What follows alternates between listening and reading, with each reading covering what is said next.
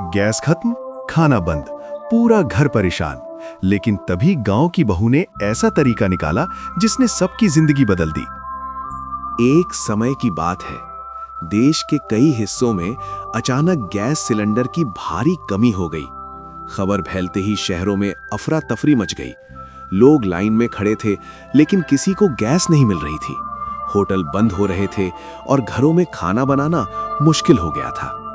इसी दौरान एक बड़े संयुक्त परिवार में दो बहुएं रहती थीं। शहर की बहू रिया और गांव की बहू गौरी। दोनों की परवरिश अलग थी, सोच अलग थी और जीवन जीने का तरीका भी बिल्कुल अलग। एक सुबह रिया किचन में गई और जैसे ही उसने गैस स्टोव जलाने की कोशिश की, सिलेंडर खाली निकला। वो जोर से चिल्लाई, माँ जी, गैस खत्म हो गई। सास बाहर आई और बोली, बेटा, सिर्फ हमारे घर में नहीं, पूरे शहर में गैस की कमी हो गई है। रिया का चेहरा उतर गया। अब क्या होगा? मैं तो बिना गैस के खाना बनाना सोच भी नहीं सकती। गौरी ये सब चुपचाप देख रही थी। वो मुस्कुराई और बोली, घबराने की जरूरत नहीं है, खाना बन जाएगा। रिया ने तंज कसते हुए कहा, तुम्हें लगता है ये गांव है, यहां लकड़ी चूल्हा नहीं चलता? गौरी ने कुछ नहीं कहा, बस चुपचाप घर के पीछे चली गई। 2-3 दिन तक घर में सबने जैसे तैसे काम चलाया। कभी बिस्कुट खा लिया, कभी बाहर से कुछ मंगाने की कोशिश की, लेकिन हालत दिन ब दिन खराब होती जा रही थी। अब घर में छोटे बच्चे भी भूखे रहने लगे थे। एक दिन गौरी ने सबको बुलाया और बोली, आज से हम बिना गैस के खाना बनाएंगे। रिया हैरान रह गई, कैसे? गौरी ने घर के पीछे थोड़ी सी जगह साफ की, कुछ ईंटें रखीं और मिट्टी से एक छोटा सा चूल्हा बना दिया। फिर उसने सूखी लकड़ियां इकट्ठा की और आग जला दी। रिया दूर खड़ी ये सब देख रही थी, जैसे कोई जादू हो रहा हो।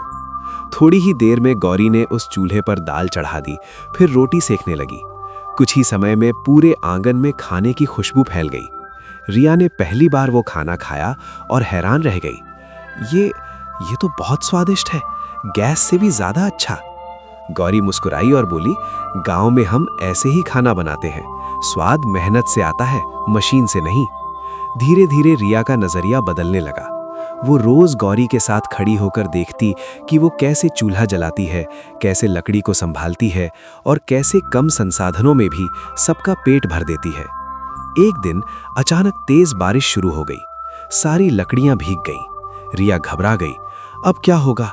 आज तो खाना भी नहीं बनेगा। लेकिन गौरी शांत रही।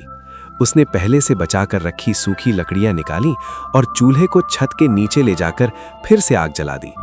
रिया अब सच में प्रभावित हो चुकी थी। तुम हर बार कोई ना कोई रास्ता निकाल ही लेती हो, मैं तो इतनी छोटी सी समस्या में हार मान जाती हूँ। गौरी ने प्यार से कहा, हमने सीखा है कि मुश्किल चाहे जितनी बड़ी हो, हार नहीं माननी चाहिए। उस दिन के बाद रिया ने खुद चूल्हा जलाना सीख लिया। अब वो भी गौरी के साथ मिलकर खाना बनाती, लकड़ी इकट्ठा करती और घर के कामों में हाथ बटाती। कुछ ही दिनों में उनकी ये मेहनत पूरे मोहल्ले में मशहूर हो गई। आसपास के लोग जो गैस के बिना परेशान थे, उनके घर आने लगे। रिया ने एक दिन कहा, गौरी, क्यों ना हम सबको सिखाएं कि बिना गैस के भी कैसे खाना बनाया जा सकता है?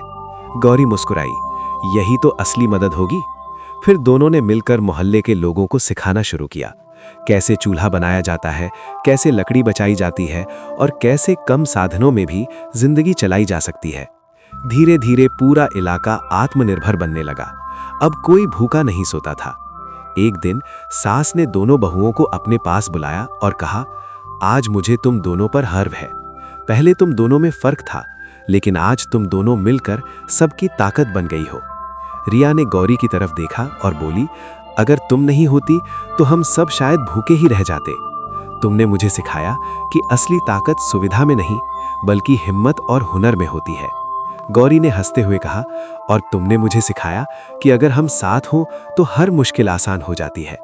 अब गांव की बहू और शहर की बहू में कोई फर्क नहीं रहा था। दोनों एक दूसरे की ताकत बन चुकी थीं। कहानी का संदेश, असली ताकत गैस या सुविधाओं में नहीं, बल्कि हुनर, मेहनत और एकता में होती है। अगर हम सीखने के लिए तैयार रहें तो कोई भी मुश्किल हमें हरा नहीं सकती। अगर आपको ये कहानी पसंद आई हो तो वीडियो को लाइक करें और ऐसे ही मजेदार कार्टून देखने के लिए हमारे चैनल को सब्सक्राइब करें। मिलते हैं अगली मजेदार कहानी में।